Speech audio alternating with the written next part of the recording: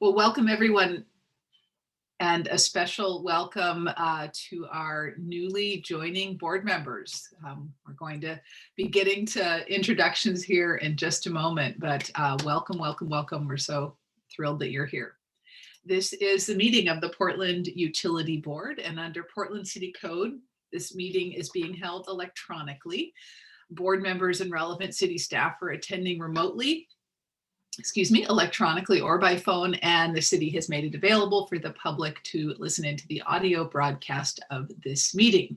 The meeting, as you just heard, is being recorded. The public will have an opportunity to provide comments during the public comment portion of the agenda, and can also provide written testimony to the board by emailing utilityboard@portlandoregon.gov. PUB believes and acts on anti-racist principles. In our meeting spaces and interactions with PUB, while every person has the right to share their personal perspective, we stand against wrongful conduct, particularly any conduct that's targeted toward people that are made vulnerable by systemic inequities. This means stepping up as a board and as a community when there is wrongful conduct, and fostering a space of learning and growth. We'll speak up and we speak out. Each person is empowered to maintain the culture of the Portland Utility Board, and when we do so, we focus on the impacted individual or population, condemning the conduct but never the person. Amy will go through some of the logistics of our meeting. Great, thank you. I will quickly run through. My name is Amy Archer-Masters, and when you are speaking, please state your name before you speak, and if appropriate, the person that you are addressing or that you're addressing the group. The chat box is only viewable by the hosts, the two PUB staff, Eliza and myself. Please limit any chats to technical and logistical issues, including signing up for public comment, asking for technical assistance, or reminding folks that you've been waiting to speak if you've not been called on. Let's see. The raise hand function is primarily used by the board. Co-hosts may lower your hand once you've begun speaking, just to maintain the flow of the conversation. During public comment periods, the public can raise their hands and you'll be called on when appropriate. If you're connecting by phone, you can press *9 to raise your hand. Videos may be turned on for board presenters and facilitators when speaking. If desired, it is not required. Members of the public and others should leave videos off when not speaking. Please mute your microphone when you're not speaking. Members of the public will be muted except when giving public comment. If you're using your phone, please press *6 to mute and unmute yourself.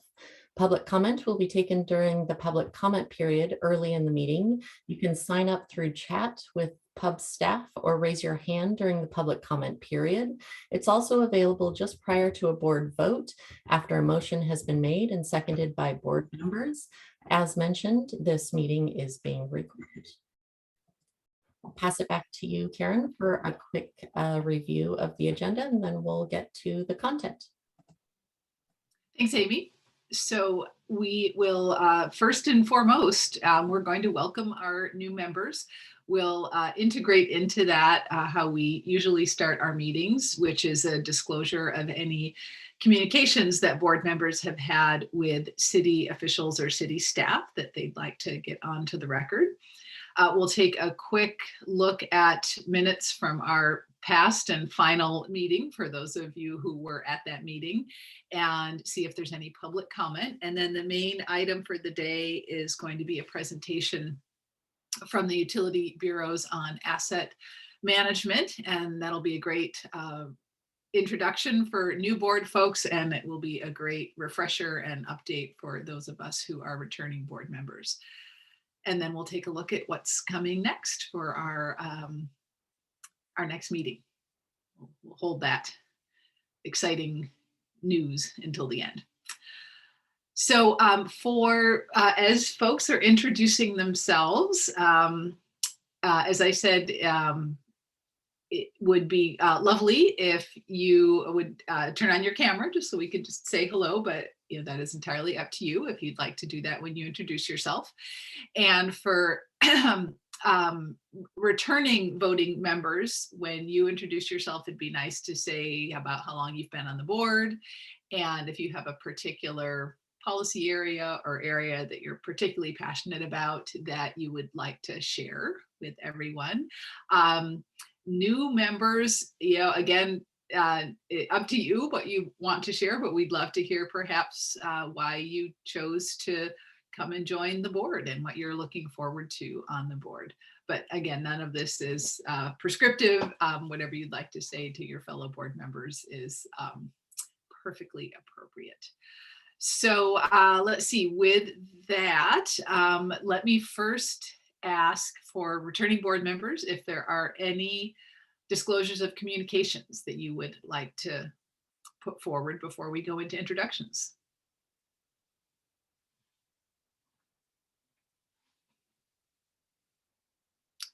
All right, well, looks like we don't have any this month, which is just fine.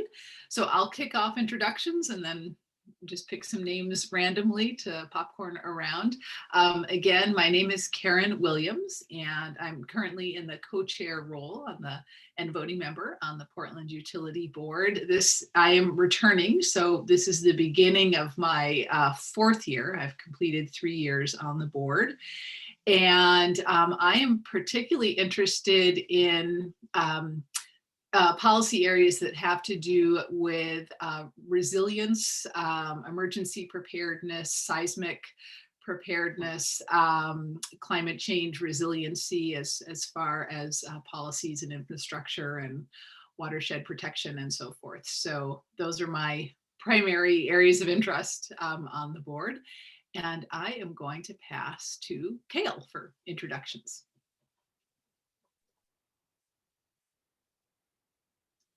Hello there.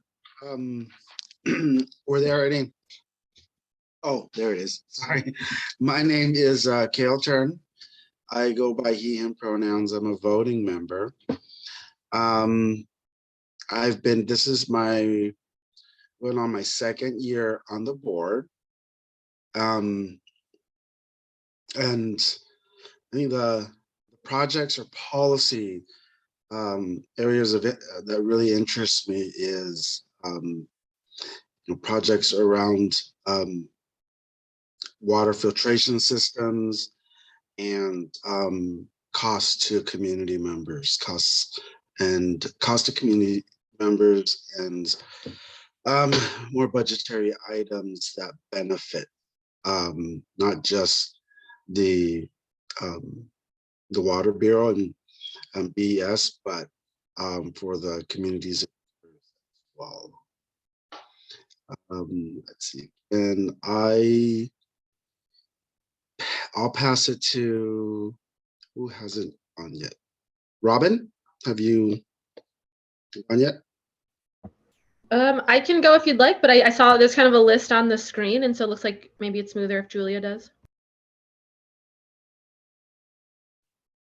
Yeah, that's totally fine. Julia DeGraw, I'm a voting member, and I believe I'm starting I just completed my 2nd year, I guess. Time flies, that's weird. And it's like, I joined for a number of reasons. I really have a background on environmental issues, but I also have a really deep passion about equity and inclusion. I kind of like approaching things from a big picture perspective and trying to connect the dots and make sure that we're not talking about things in silos, but actually trying to approach things in a systemic way. So that's passion that I bring broadly, but I'm also really passionate about getting lead exposure down to 0. So that's kind of a little bit of a pet project I'm doing within this space, but it's not just about water, which is kind of an exciting topic. So I'm really passionate about lead and making sure that people are no longer getting poisoned by lead. But yeah, I think the other reason that I was interested in being on this board is that I am kind of a generalist in terms of I really deeply care about kind of all the top issue areas that pertain to the work that the board does, which made me feel like that I'd be a good fit because I really care about all of it quite a bit. So it's kind of hard to pick just one passion.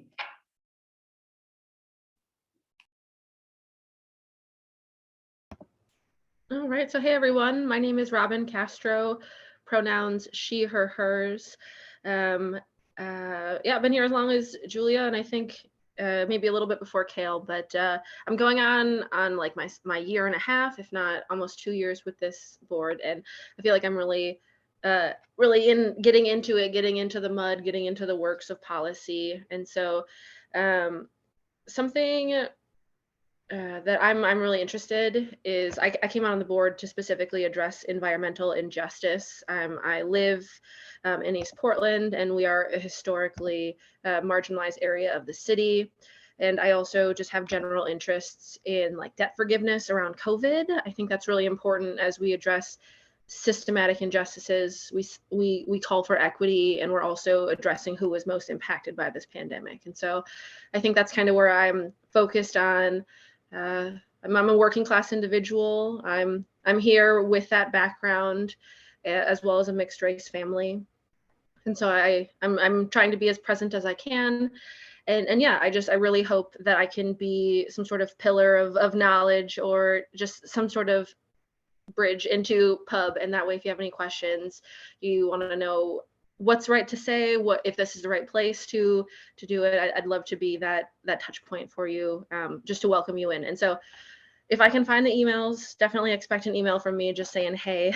But I'm glad you all are here, and I'm glad that we've got a new round of voting members, and so I'm excited to see where we take that.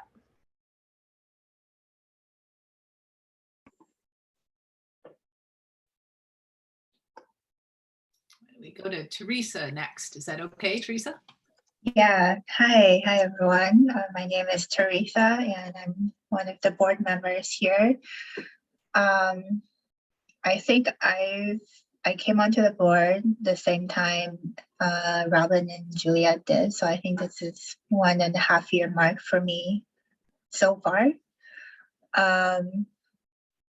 My particular interest is really about connecting people in urban areas to nature, and with that, I also have a really deep interest in the intersectionality between environmental issues and racial equity. I did come from, well, not come from, I grew up, spent a significant portion of my childhood in another country, and grew up feeling like an immigrant. So I feel like I understand a lot of the struggles that immigrant and refugees have gone through here. And that's why I developed a strong interest in racial equity as well. Yeah, I don't know what else to say. Welcome new board members, and I'm also really excited to see how things go. And if anyone is interested in being the new subcommittee for the workforce racial equity little task force, feel free to reach out to Eliza and Amy, and looking forward to have someone working with me on that. Yeah, thank you.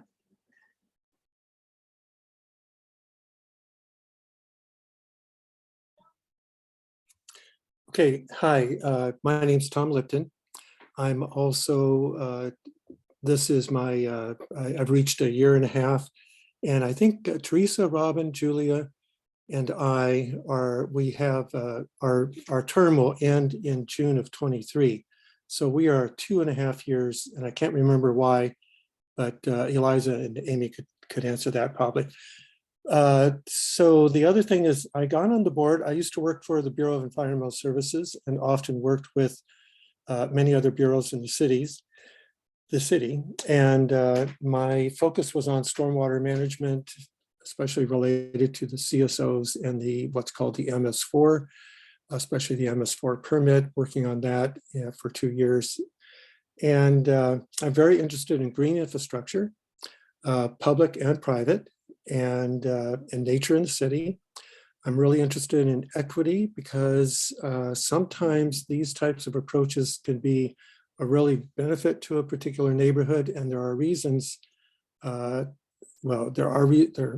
Sometimes BES doesn't follow through in some areas, And I think it's good to keep an eye on that and hope that we get more green infrastructure. I'm also very much interested in the rates, the stormwater rate, the sewer rate, the water rate, BES. And I think for the new pub members, if Amy or Eliza could send you the BES rate study, that would be really good for you to have. We've all, those of us who are coming back or on the board, have that. It's over 200 pages, and it's got a lot of information that we'll be working on sometime in the future. The other thing that I'm really interested in, and I saw this also when I watched the clip from Commissioner Maps that Amy had sent us with one of her emails, and he talked about 3 areas of interest, and one of those was the projects. So the filtration plant, the sewage treatment plant. And I thought, yeah, I'm really interested in those, especially the design of the facilities. And so I'm hoping soon we'll be able to get some plans that those of us who are really into that can start looking at and identify areas that if we find anything to suggest to improve those, then we can share that. So, and I'm really interested in equity. And the other thing that brought me to the board was I was with the Bureau of Environmental Services at the time that the lawsuit was brought against BES and Water Bureau. That really put a damper on things. And then I retired in 2012 and wrote a book about stormwater. If anybody's interested, let me know. And then also was working with a group of people that when this group of people that sued the city decided that they came up with the idea of taking the 2 bureaus away from the city by using the voting referendum process and make 2 or 1 district.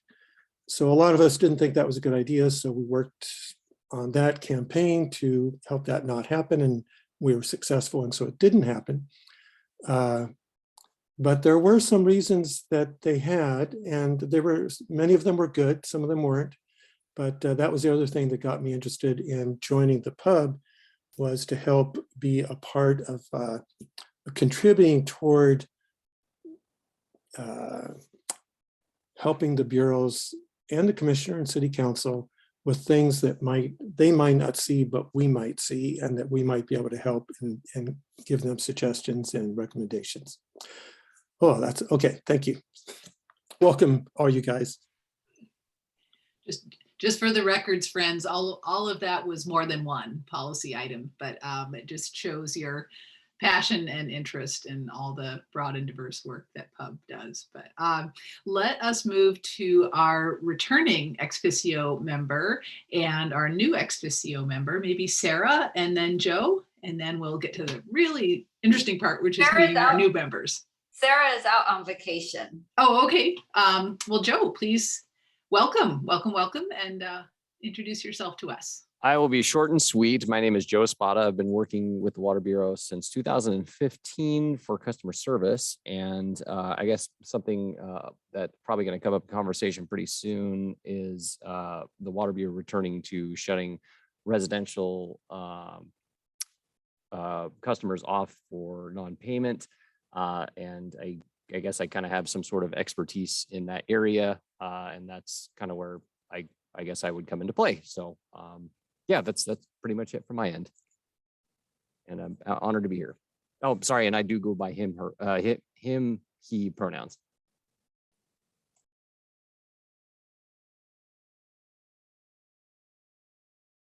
Thanks, Joe. And you reminded me that I neglected to introduce myself with preferred pronouns, and I apologize for that. She, her for myself, please. And let's move to new folks. Just in the interest of going down a list, why don't we start with Alexis Rife? Hi, everyone. I'm Alexis, really excited to be here as a new member. A couple of things about what attracted me to the board is I work in the environmental nonprofit sector on natural resource management, not here in Oregon. And so I was really excited to learn a little bit more about how city government works, and then also be able to bring some of those skills and experiences and contribute it to my more to my local community and to local government. So I'm excited about that. And then one of the things that I'm interested in learning a lot about what everything that is going on with the pub and at the bureaus. But some of the things I'm particularly interested in are equity and environmental justice, and how we can be strengthening those within the city. And I'm also really interested in climate change and kind of strengthening resilience within within the bureaus, within communities, within environmental services, and so on. So really looking forward to being here. And it's nice to meet you all. Oh, and I can't remember if I said, but I use she, her pronouns.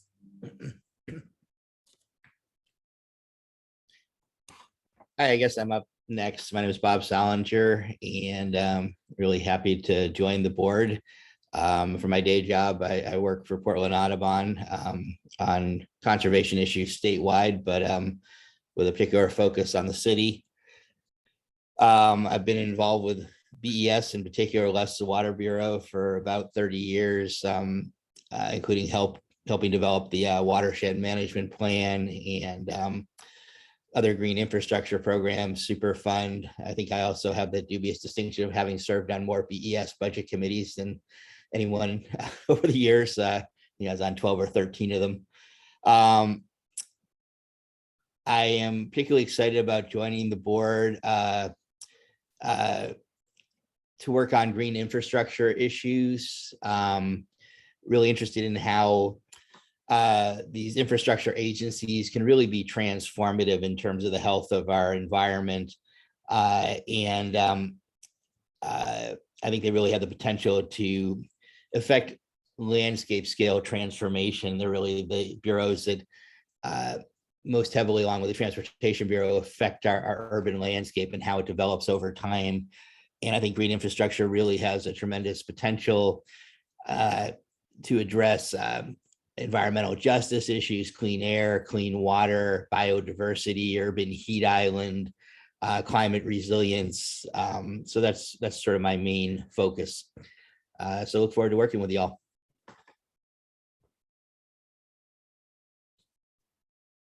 My name is Chris Richard. I work in BES. I'm the labor representative. I'm also the treasurer for ASME, which is one of the unions that works for BES. I have been working as an accountant for the city for 14 plus years at this point. I have a background in accounting and in buying, and I just glad to be here. And he, him.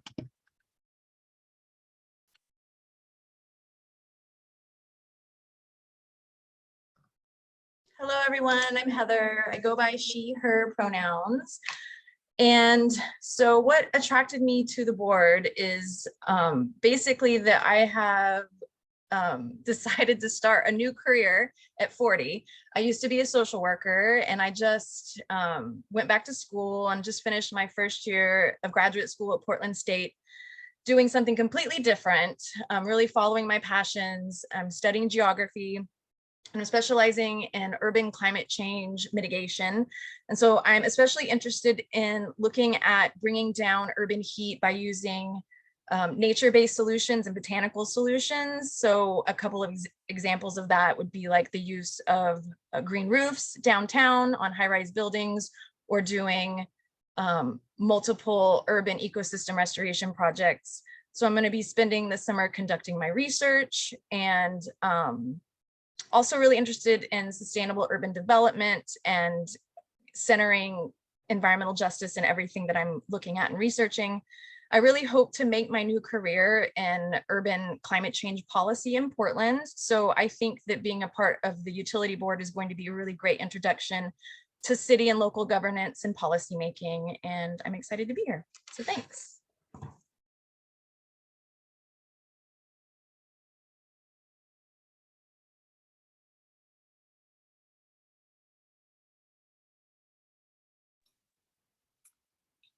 And Lorraine, are you with us? And I am. I was Great. just wondering who's next. Yeah.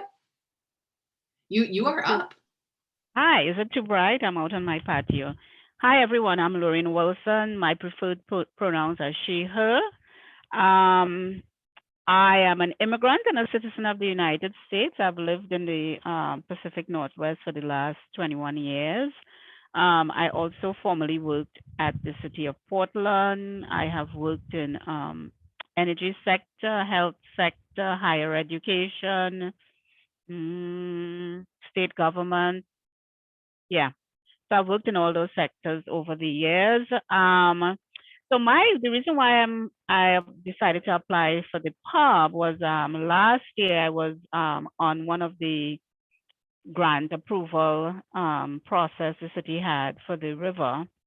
Don't ask me to recall the names. And we came and presented to the Public Utility Board, and that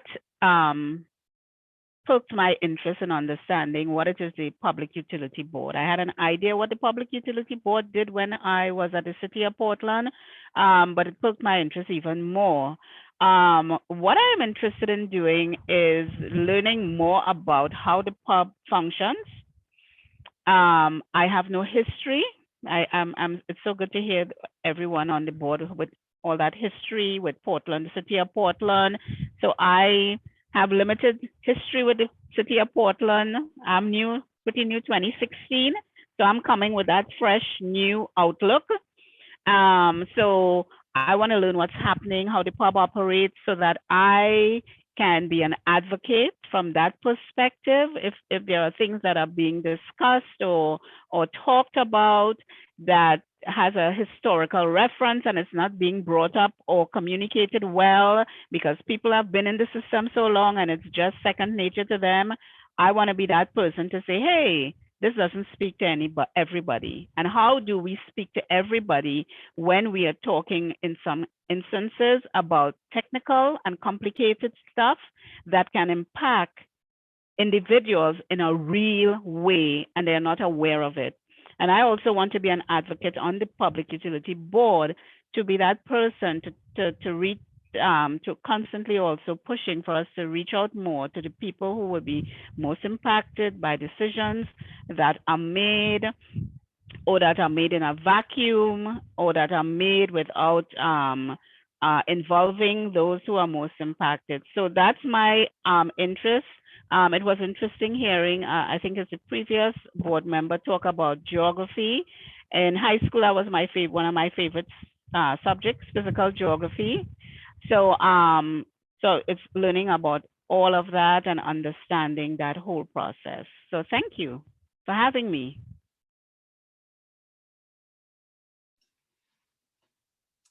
Thank you, Lorraine, and thank you all, Alexis, Bob, Chris, Heather, and Lorraine, and Joe for joining us and your interests and passions and talents that you're bringing to share with us. I greatly, greatly appreciated.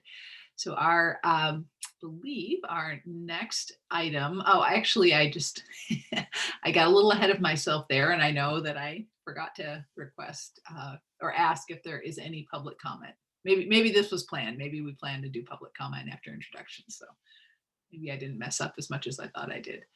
Is there any member of the public who would like to let it be known that you have a comment to share with the board?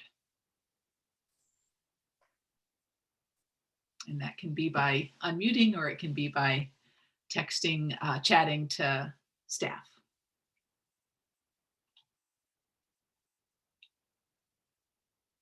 I didn't receive any requests ahead of time. It does not look like we have hands raised or mutes going off for our public members that are at this meeting. So we will move on very quickly to our review and approval of our June 16th minutes. And again, for board members that were at that June 16th meeting, are there any corrections or additions that you would like to see reflected in the minutes? I'll give you a few seconds of pause here for you to either quickly glance through those or refresh your memory if there was anything you caught that you wanted to amend?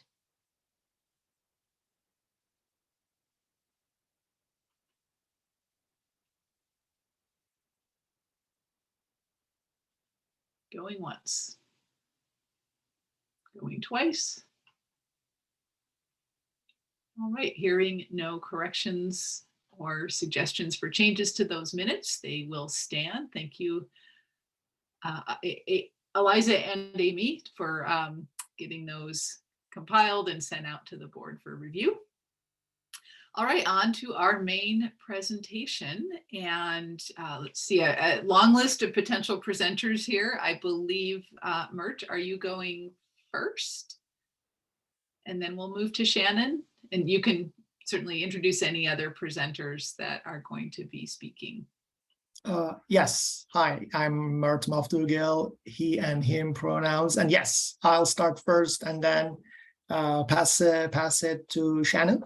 Now, my internet just broke a few minutes ago, but I was able to log in. Hopefully it will hold. And let's see, and I will share my screen. So our presentations are around asset management fundamentals. And when I used to teach this to utilities, actually in my previous job, it used to take 2.5 days. So I did my best to cram it to under 30 minutes. So hopefully it won't feel too rushed.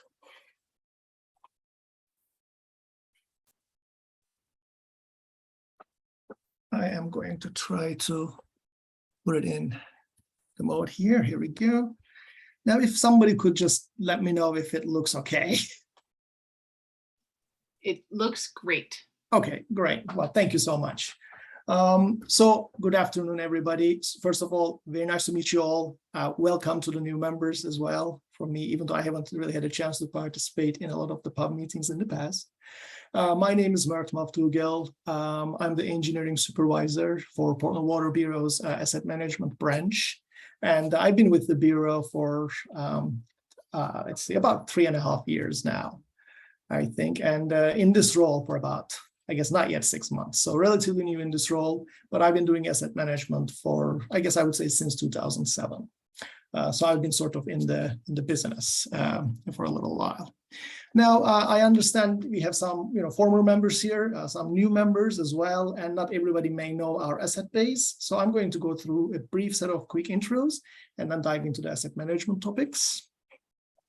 And I unfortunately cannot see anyone like raising their hands. So feel free to interrupt. I'm totally fine with that.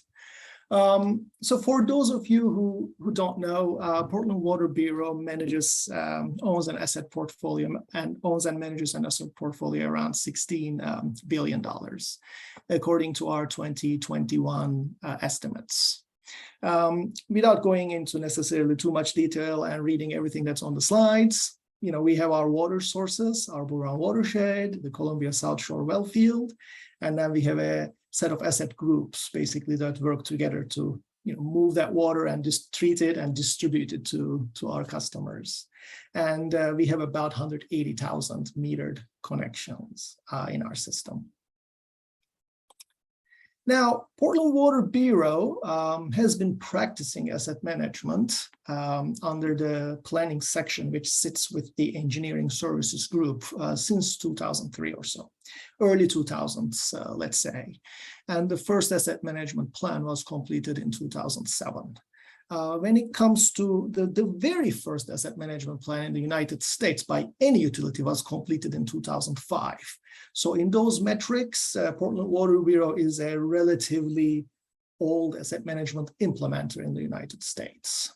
We do have a charter, you see it on the slide here. I definitely don't expect you to read it all, but what I wanted to highlight is that it lists certain activities, if you will, commitments that we are making. And it's signed by the then members of the Portland Water Bureau's management team in 2007.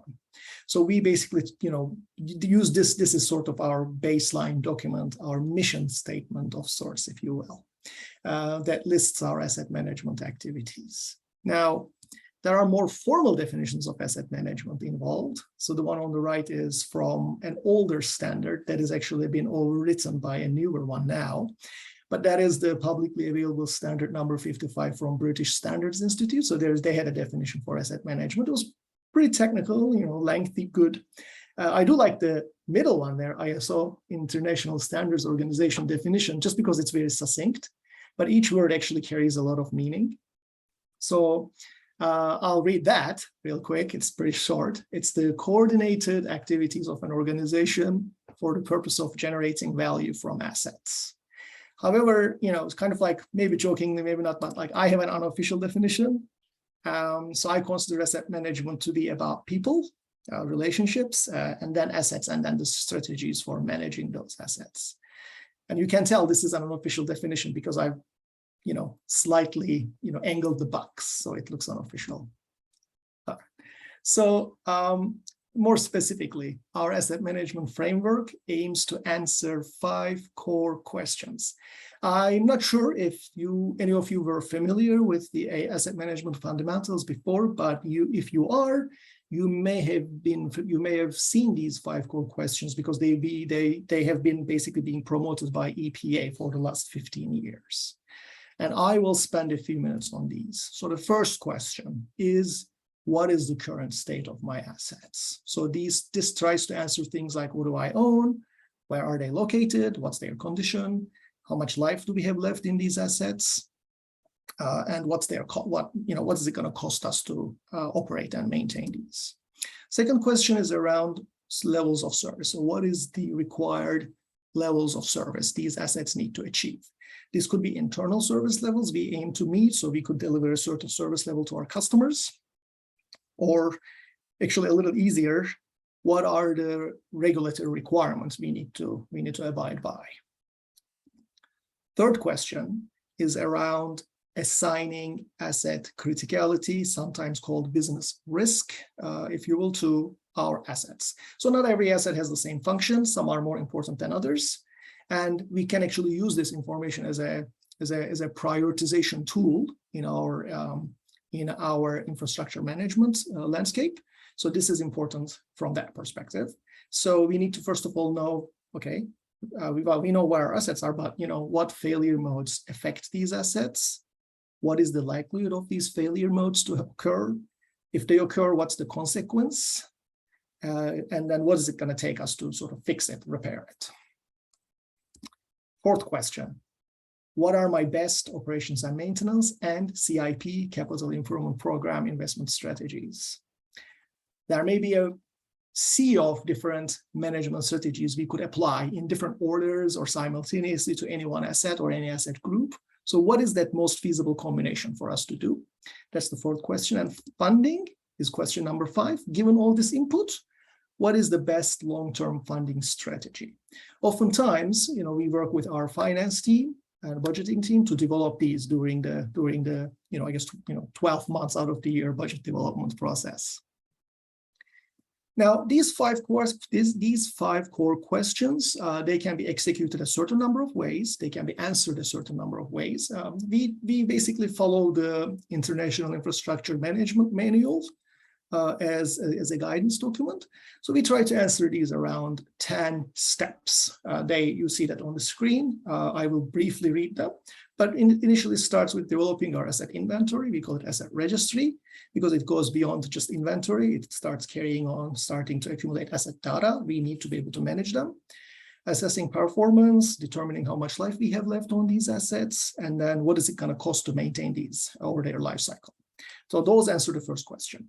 Second question then is all around identifying different levels of service targets we want to attain. Again, these could be regulatory, or these could be external targets service targets to our customers, or internal efficiency targets, for example, how many hydrants we are able to inspect in a given year, these sorts of things. Third question, step number 6 there, determining business risk, asset criticality, which assets are more important than others. Question number 4 has 2 steps, optimizing our operations and maintenance investment strategies and optimizing our capital investment strategies. Then these basically come together and then dive into step number 9, determining our funding strategy. What does it look like? What kind of prioritization we are looking at?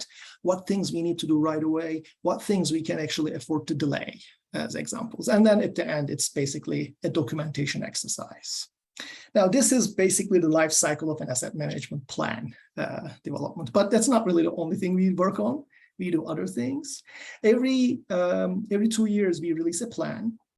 We call it a tactical plan, and it covers what the group will be working on for the next 2 years, the asset management group. So this is the plan that we are working on off of today.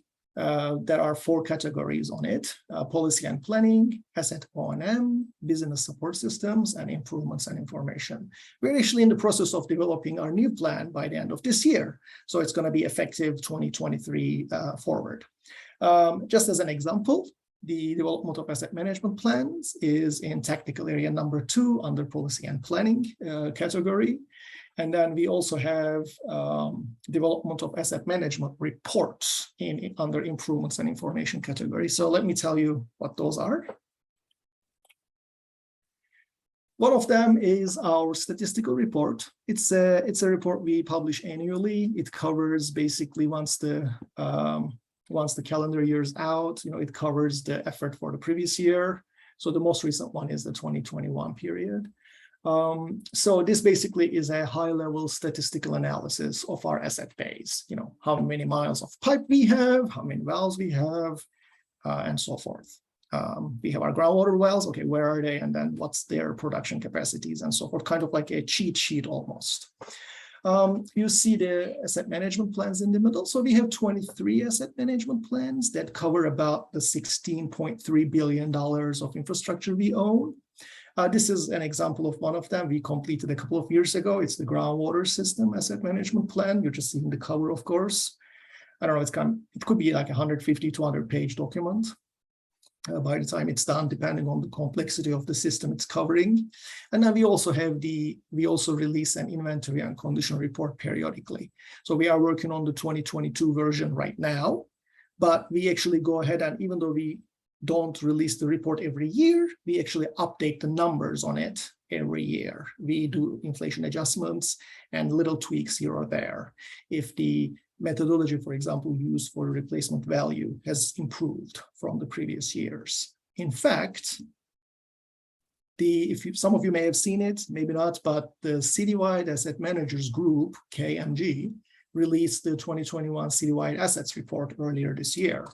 And this report, the inventory and condition report, forms the basis of the condition distribution of our $16.3 billion of infrastructure. When you look at the total replacement value in the blue total PW assets row there, you'll see about 8% of our assets in value. So that's around, I think, $1.4 billion is in very poor to poor condition. Now, that's actually not a bad percentage, first of all. And second, I want to note is that the asset management philosophy basically calls for optimally operating and maintaining the assets. So certain assets will be in poor or very poor condition by design.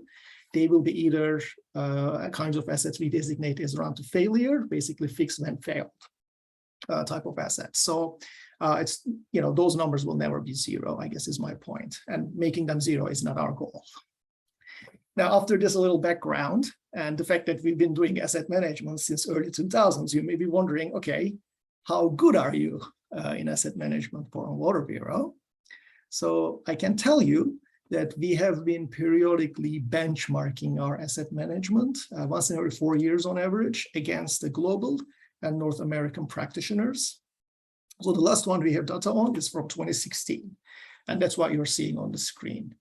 So there's the categories these benchmarking exercises employ, from organizational management when it comes to asset management practices, down to things like asset operations and maintenance and renewal practices. So what you see here in blue are the Portland Water Bureau scores in 2016. And now what you see as the dots, little dots, the blue dots are the median scores from the global utility participants. So these could be water utilities, wastewater utilities, or combined service providers. So as you noticed at the very end, our overall score was actually a little lower than the median number back in 2016. Just note that, generally the utilities who participate in such benchmarking exercises are a little bit more ahead in their asset management journey than others. When you compare us to North American counterparts, we basically were just at the average. Now, if you do look at certain specific categories around asset maintenance and asset renewal practices, for example, we were significantly better than average on those. So my point here being is that I'm really looking forward to the 2022 assessments we are going to be taking on shortly. And I'm hoping that we are going to be able to see some improvement. At the same time, I'm realizing that other utilities who participate in these benchmarks, they are also improving. So it's a relative comparison. So we'll see how it goes next year, basically. A few side notes that I want to take an opportunity to mention during this slide is that while we develop an asset management plan, there are some side benefits that I want to exclusively mention, and I will cover them in more detail in the upcoming slides. But basically, we spend a lot of time digging through the assets and the assets data, how they are organized, how good it is in terms of quantity and quality and so forth. And oftentimes we'll identify opportunities for improvement in the data we then use for decision making down the road. So an asset management plan gives us an opportunity to make those improvements so that the next time we dig into that data, we'll be collecting them differently, maybe more accurately, and then we can actually use them for better decision making. But perhaps more importantly than the boundaries of the data is that asset management plan development, in its sense, is kind of an early planning exercise. What that really means is that it gives us an opportunity to maybe start with the right foot forward, because most of the costs for future capital projects especially, they kind of get locked down early in the development phase and the planning phase. So if we can do a good job with those later on, we are going to be selecting the right alternatives so that we don't have to worry about changing those during in design or even construction, which is very costly to do. So with those in mind, asset management also is a good opportunity. The implementation of the framework is a good opportunity to start integrating some of the climate change considerations early in this planning process. Similarly, we do have an equity plan. I believe all bureaus have their equity plans and they are at different parts of implementation. Just like other bureaus, we have an equity plan, and there are specific objectives assigned to the asset management function within the Portland Water Bureau. So development of the asset management plans is also a good opportunity to start thinking about these and trying to identify investment decisions with these criteria in mind. And I will further explain these a little bit more in other slides. I heard a lot of interest in environmental justice, equity, and climate change. Very happy to hear that. And we are in the process of incorporating these principles into the process too. Very good news to have alignment between our interests and our objectives. Now, this basically covers some of the high-level asset management how-tos, but I want to spend the next few slides to cover some more tactical examples. So the few main AM components I feel like I have time to cover with you all are going to include cost of service, levels of service, and the corresponding business risk. So I say corresponding because if you look at the little image there on the right, you'll notice that there is some sort of relationship between cost of service, levels of service, and business risk. So I'll take a minute to explain that. So we do have, we provide a certain level of service to our customers. So if we increase that, if we provide better service, oftentimes it actually comes with an increased cost. If we can increase our investment into our system, oftentimes that means that we are actually reducing the risk the system carries. I will explain business risk in the next slide, but basically think about the fact that, we are carrying a certain risk, our assets are a certain age, they have a certain likelihood to fail. If we invest in them, we can reduce that likelihood of failure. So just keep that in mind. I actually prefer this ad hoc definition of asset management too, because it makes it quite palpable. But here is the level of service concept. We go back to the International Infrastructure Management Manual here, and then we identify a link between the strategic objectives of the organization, what that means from a customer service perspective. What do the assets need to do to meet the customer service level? And lastly, at the bottom, the workload levels, so it's basically the activities that we need to do as employees to support the assets so they could deliver the service level. So this is a little bit of we call this the line of sight concept, but it's a little like difficult to imagine by itself. So I added a quick example. So we have about 400 or so of these internal measures and external measures. So these are just 4 of them as an example, starting with the strategic objective of providing a reliable water supply, for example.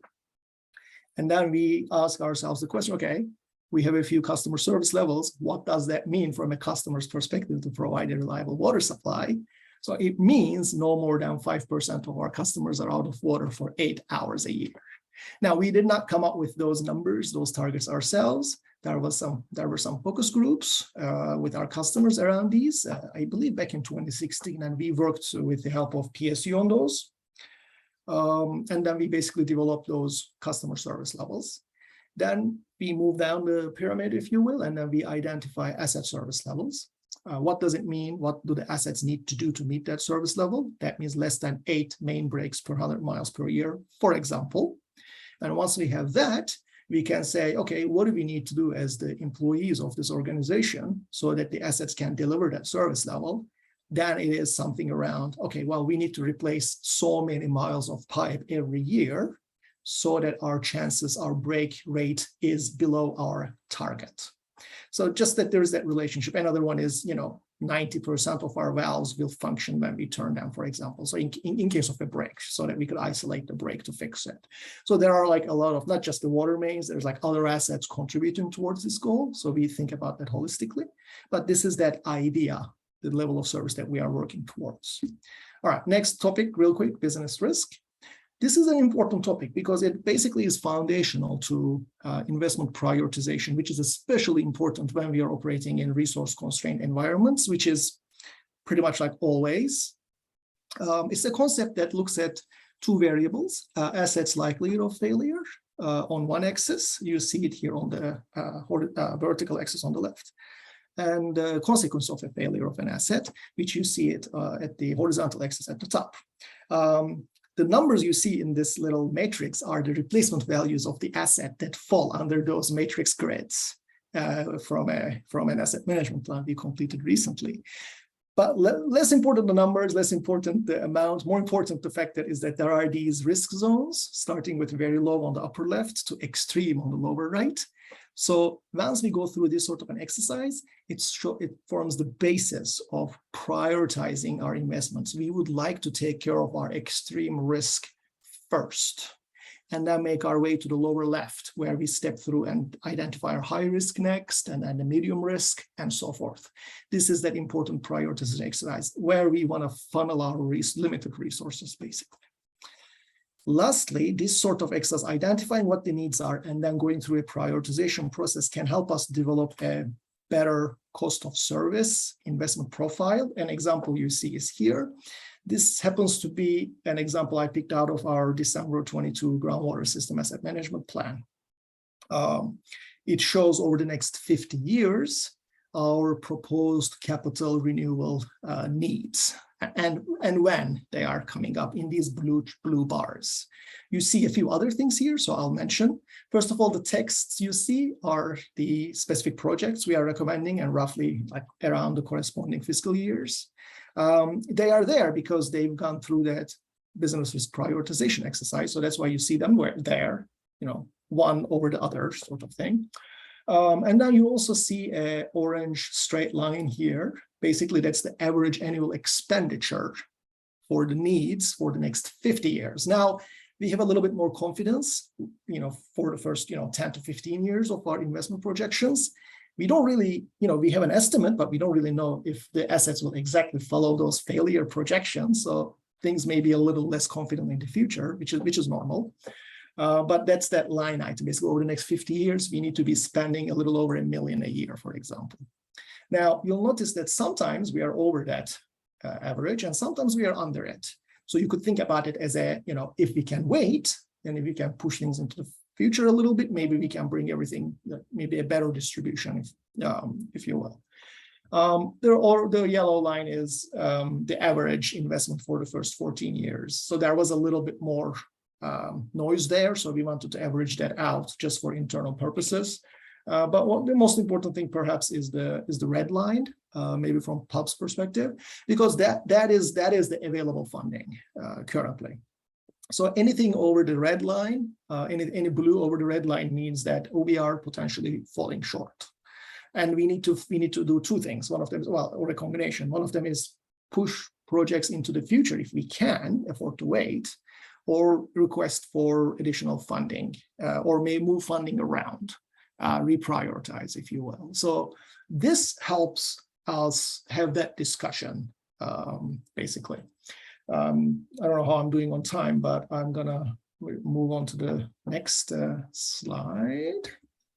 We've got maybe about 5 more. Well, it just went about 4 more minutes. Do you think, Okay, I think we are almost. you think that'll there. work? Okay. Yeah, and Shannon perhaps doesn't mind if I steal a few minutes for questions from his time. We were thinking that may be okay. But I mentioned before that we are in the process of implementing steps from our equity plan and implementing some changes into our asset management plan development to account for our climate change goals. So I'll cover some examples of where they are touching the asset management plan development process. So we've identified 4 major climate links around the fact that, you know, when we incorporate climate change into our analysis, there are now more failure modes we need to think about. Maybe, you know, extreme heat events, you know, making our assets last less, you know, just less, you know, not as long. You know, that is affecting the residual lives.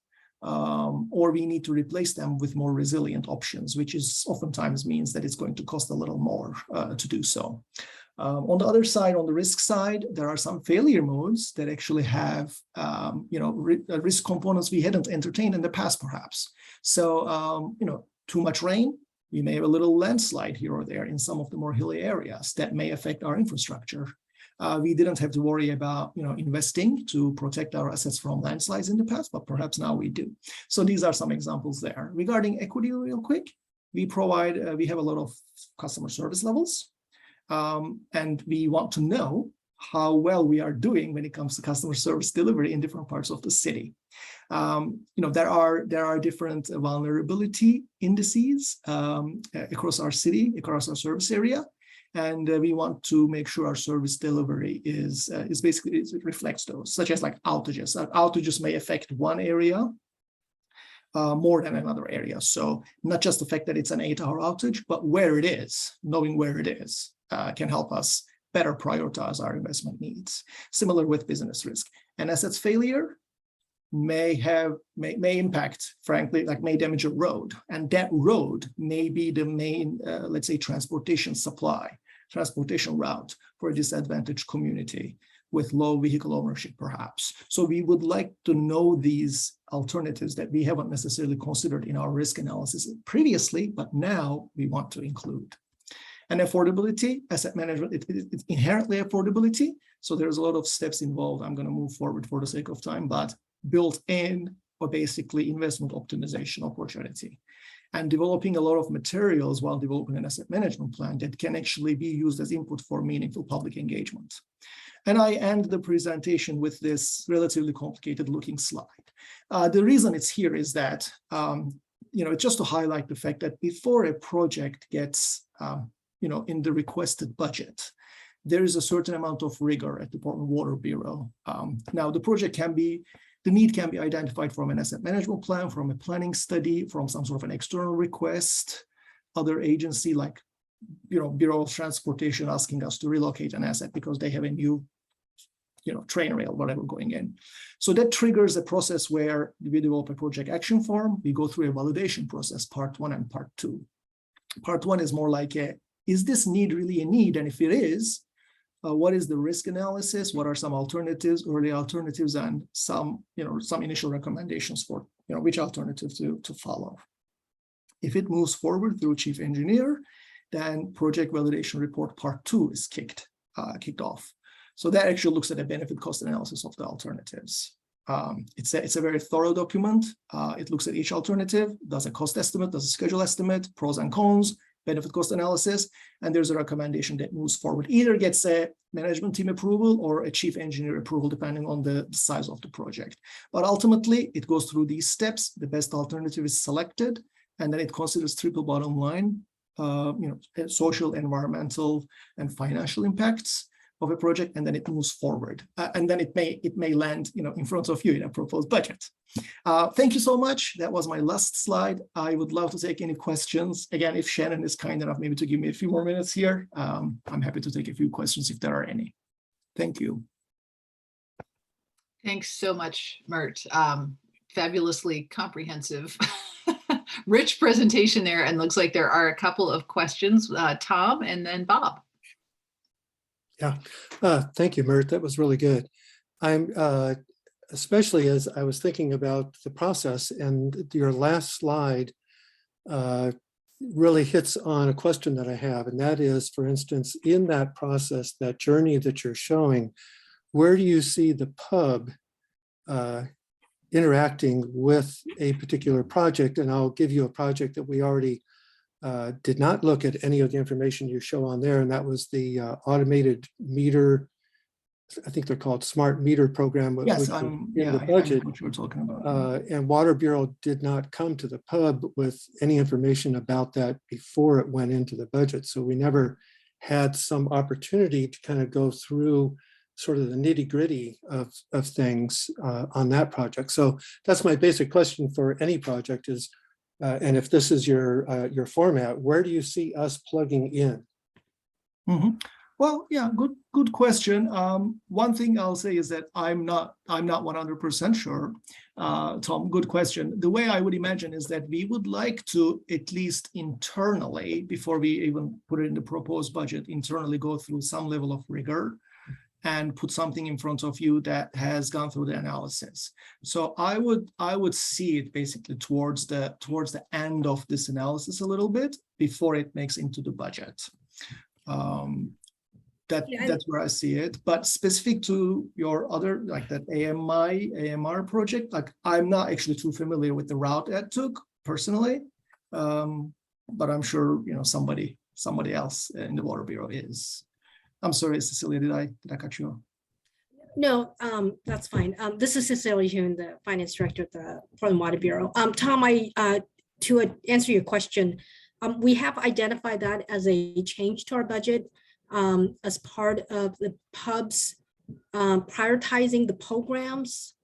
And because the pub has selected only a handful of programs to be focusing in on, maybe this was not one that was initially identified, but when we went through and completed the sort of the program information as far as what changed, we did identify that as a program that was being added, or a project that was being added to the capital plan. So I think that's where pub would be brought into the work that we are planning. And that's, I believe we did that back in January timeframe. Okay, thank you. Let somebody else get their question in. Bob, please go ahead, and then we'll go to Lorraine. Thank you, and thanks for the presentation. You mentioned that equity and climate are kind of two things that you look at as you go through this process.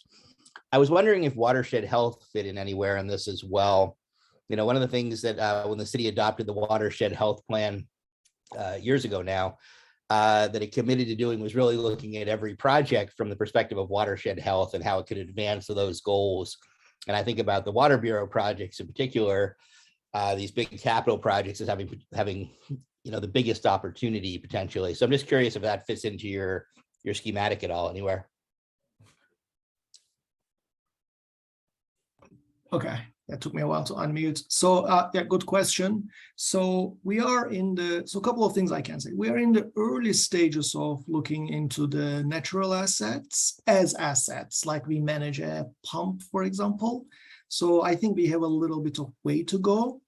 I would like to show that as a tactical area for the next tactical plan for us to focus on. However, we also have, we also need to go through a prioritization exercise. So I'm going to have to see if that can stay there. But that aside, I don't know actually if there is a process that, we have a project somewhere in the city. I'm not sure if there is a project that actually process that looks back the impact on the watershed of that. But if somebody, and I'll take a note on it too, but if somebody could also remind me, that is something we could probably, ask around and get back to you. Thanks.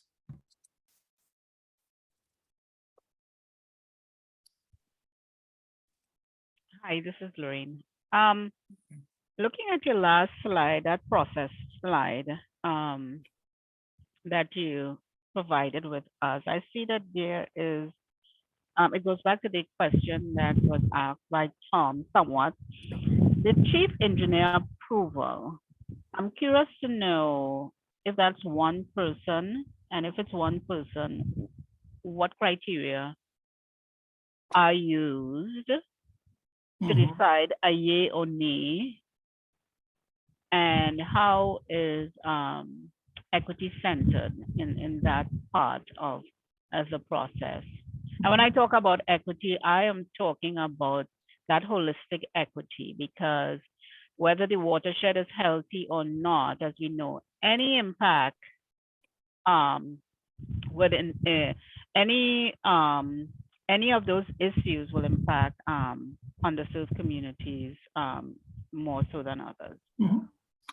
Absolutely. So good questions. I think I can answer some of them. The others I may not be able to, Lorraine, but a good question. So we do have the one chief engineer, but I don't know personally what, the process, what the chief engineer has done, that role has done historically when it comes to that approval.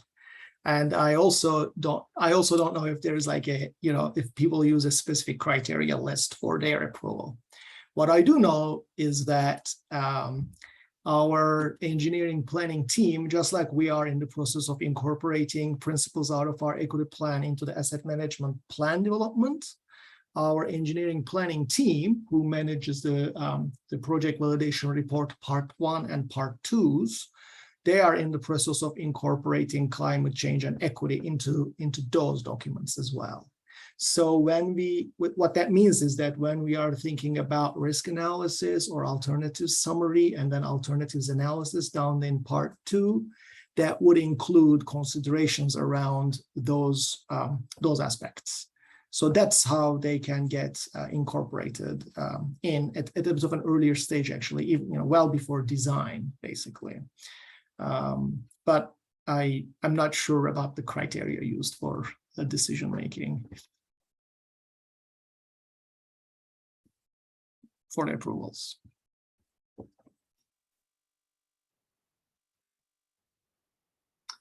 All right, why don't we move to BES? Thanks again, Mert. Thanks everyone for your questions as well. And then we will, let's move to BES, and there may be some tag on questions at the end for Water Bureau. We'll see how we do. Hello, everybody. I'm Shannon. Are you able to see my screen now? We are seeing your screen. It's in, it's not in presentation mode, but yes, we do see it. Thank you for letting me know there. There we go. And now is that in presentation mode? Yes, it is. Looks great. Okay, thank you all. All right, good afternoon. I'll be quick on the intros. I'm Shannon Axtell with the Bureau of Environmental Services, and I'm joined by Emily Morrissey, who's here as well. And we're here today to talk to you a bit about our assets and asset management program that we're building bureau-wide. Before getting started, I just want to, at the outset, I want to share our intention to integrate equity into our asset management practice. And it's going to be thread throughout all of these slides. And towards the end of the presentation, you'll see this slide, this graphic on your right here. This is where we're going to talk a bit about our asset management system. And every step in that system, we're integrating equity. I just didn't want to save it to the end. I wanted to sort of start with that intention right in front. So for an overview, we'll start with an overview of the Bureau, our mission and vision.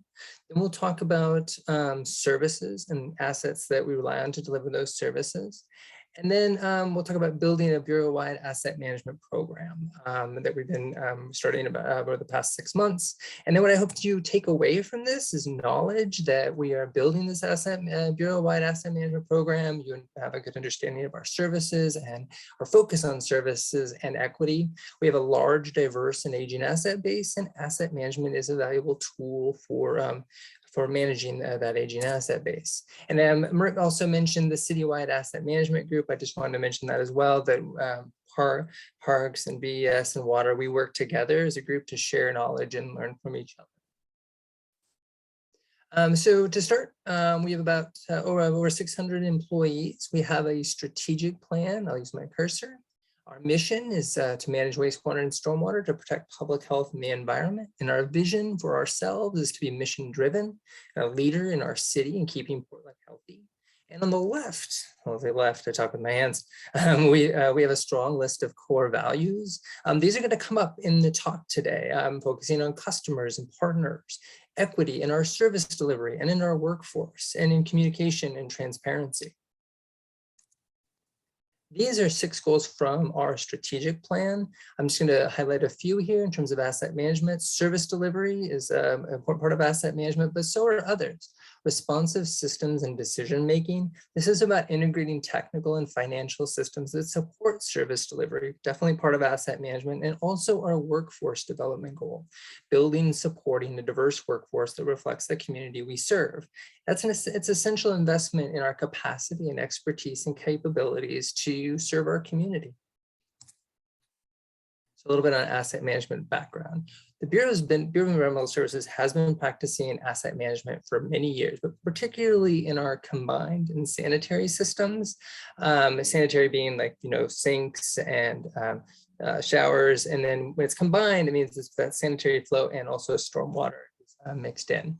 And then more recently, we've been working to apply asset management principles to stormwater as well. 2016 with our equity plan, in 2018, our new strategic plan.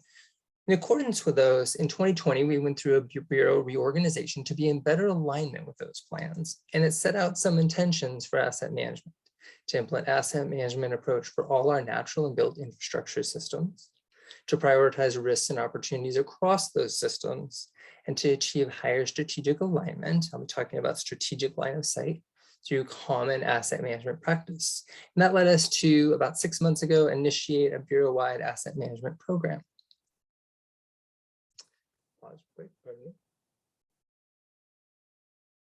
So asset management helps us organize a lot of information. So in this diagram on the left, we deliver services, sanitary and stormwater services. And we do that with a lot of different types of assets, streams and vegetated planters and pipes and pumps and treatment plants. And we undertake a lot of activities. We plan and design and construct those assets.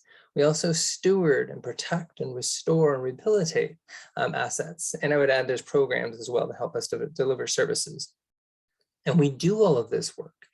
We provide these services towards achieving community outcomes. You see this in our mission and our vision, and a few of those are listed here on the right.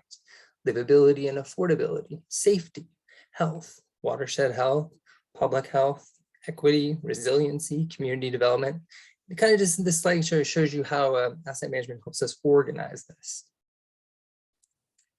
Now we're going to dive into that one box, the assets. We have a large and diverse asset base.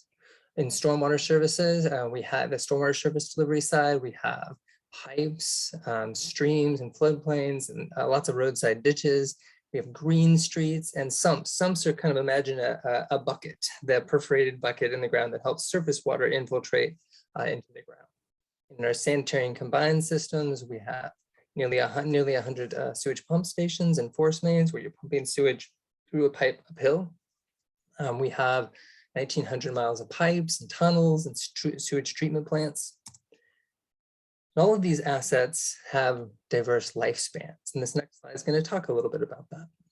And I would add, as I introduce that the asset base that we have is, much of it is 50, 60, 70 years old. And I'm going a bit quick because we're low on time. So sorry if this is a little bit too fast. So on the left-hand side, you'll see some of these blue boxes. These are some of the examples of the assets. We have concrete pipes in our sanitary and stormwater system.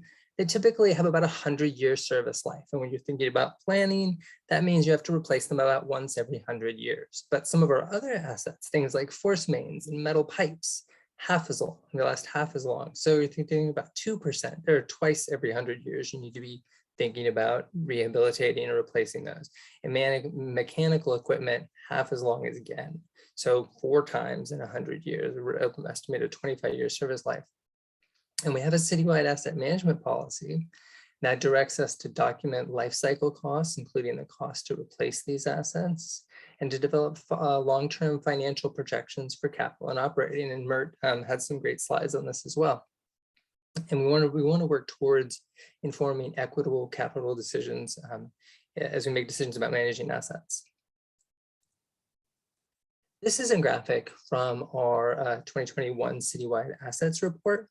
And there's a lot here, but I'll just highlight a few things. I'm going to use my cursor. So these are kind of the groups of assets and service systems we have: sanitary sewers, combined sewers, wastewater treatment plants, stormwater gray assets, things like corrugated metal culverts. And the color is telling you about how good, what's the condition of these. Some are very in between very good down to very poor and unknown. Some of our systems have, in the majority, are in pretty good condition, but others, we definitely have some significant needs. I'll be talking about those a bit, but our wastewater treatment systems. And then you'll see our stormwater system here, gray assets. We have a lot of that we don't know about the condition of those assets. And we're working to fill that information gap. We've initiated some stormwater inventory and condition assessment work in those areas to fill some of those information gaps. In total, about $22 billion in assets. And we have about $5 billion in kind of need in the sense that many of those assets are nearing the end of their expected useful life, particularly around the wastewater treatment, Columbia Boulevard, the pump stations and force mains, stormwater infrastructure, and what we call non-process facilities, some of our facilities that we have. So this slide is really for illustration purposes, but it's about thinking about long-term financial planning for managing an aging asset base. I'm going to use my cursor again. Our current capital budget is a little under 200 million a year, and that's about 1% of our asset base. When we talked about the age of assets and how often you have to rehabilitate them or replace them, 1% is we're maybe not keeping up. We need to be probably investing more over time, and asset management is going to help us, and I'll be talking about that. But just the age and deterioration of assets and need to replace them, we need to be planning for that. But also there's also, we're a growing city, there's demand for increasing capacity, extending service. So there's more here, but just sort of moving, probably moving above that in the future. So this is how asset management helps us. I'm gonna check time here real quick. So on the one hand, we have, this is what Mert talked about, levels of service and costs of service. I'll bring those up here. So we have an aging and deteriorating asset base. We are a growing city, and we have a lot of community expectations to be reliable, equitable, public health, watershed health, regulatory compliance, stewardship, community development, fiscal responsibility. And over here on the other hand, we have revenue considerations. Revenues are constrained by the size of our customer base, rates, affordability, and rising costs of inflation. And this kind of is intended to kind of graphically show you how we're sort of balancing these costs, levels of service, costs of service, and risk. And asset management helps us do this. So the next few slides, I'm going to be talking about the kind of the asset management, bureau-wide asset management system that we're trying to build, or that we are working to build to help us manage these assets. Overall, the very top is our Bureau strategic plan and our equity plan, and that sets out our Bureau-wide mission, vision, and goals.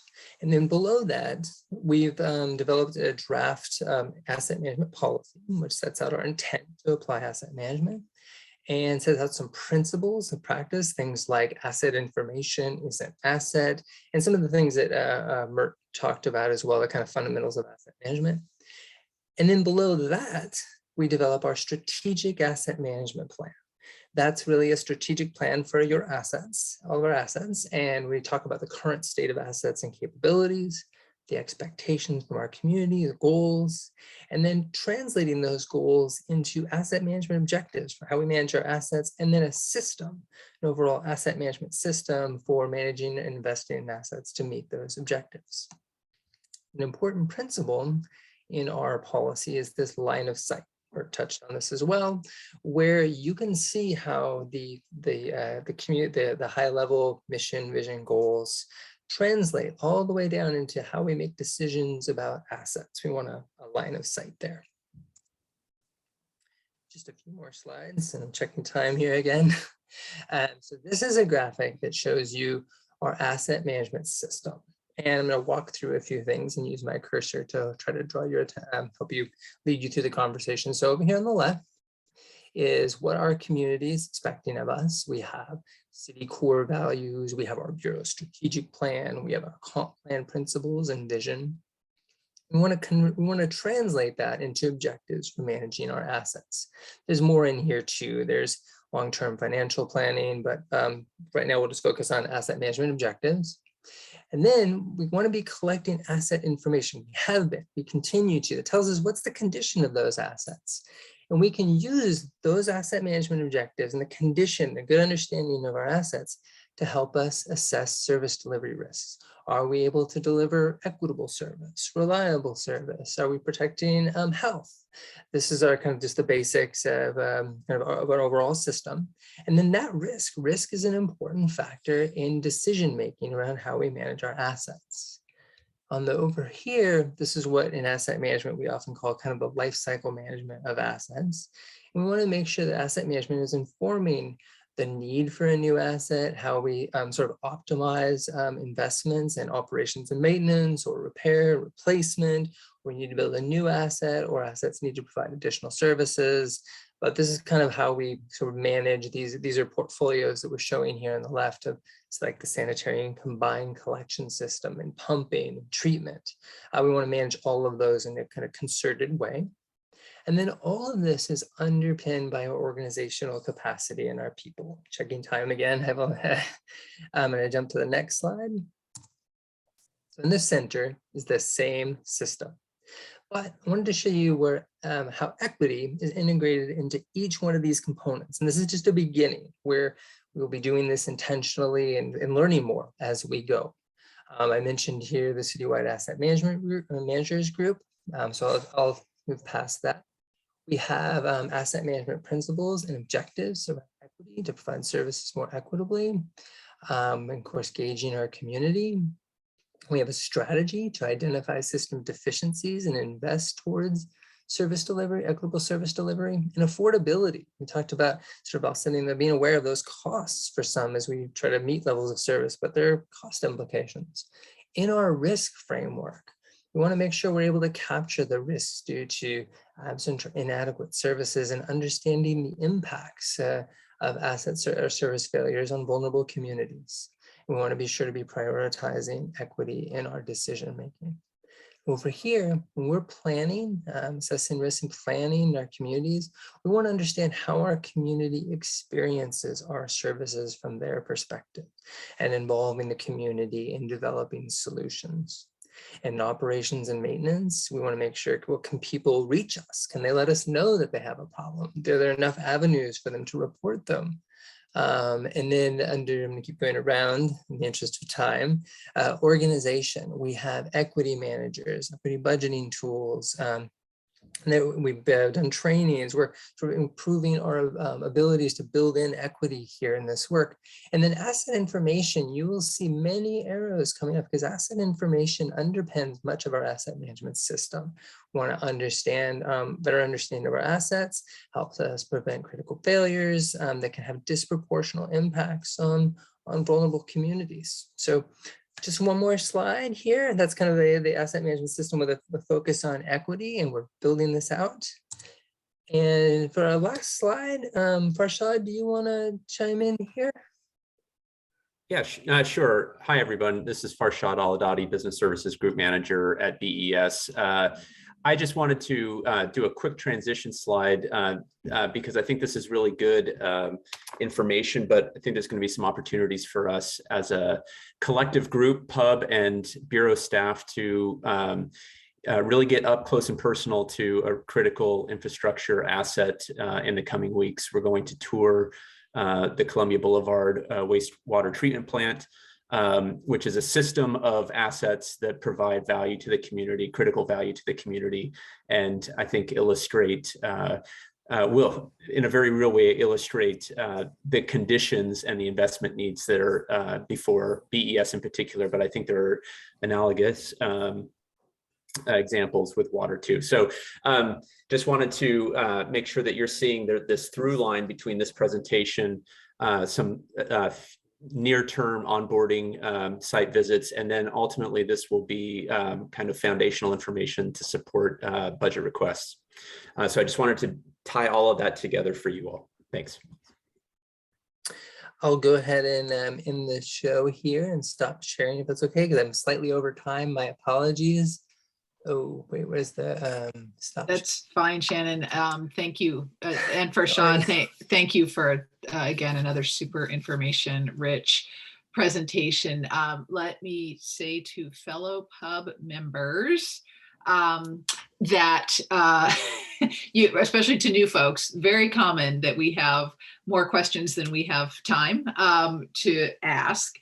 And what I would encourage you all to do is look through the information again, the slides you have, think about what you heard today, consult your notes, and then email any questions that you have to Eliza and Amy.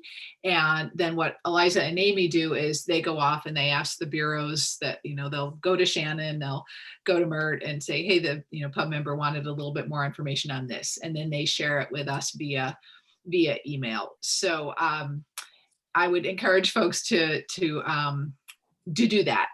Don't feel like, oh, this was my last chance to add a question, to ask a question. So thanks again to all the presenters today for fantastic introductory information and more to come. So I will quickly transition to Amy, and we're going to spend just a couple minutes talking about our next gathering. So we would normally have our next regular meeting on the 21st between 11 and 12:30, which is our second Thursday meeting, I think. First Tuesday, third Thursday. But what we had talked about in earlier meetings is trying to do a field trip, perhaps on that day, but I'm going to let Amy kind of go through the logistics of how that might shake out. So Amy, can I turn the floor over to you for a second to kind of walk us through what you need so that we can get a date on the calendar for the field trip? Yes, thank you, Karen.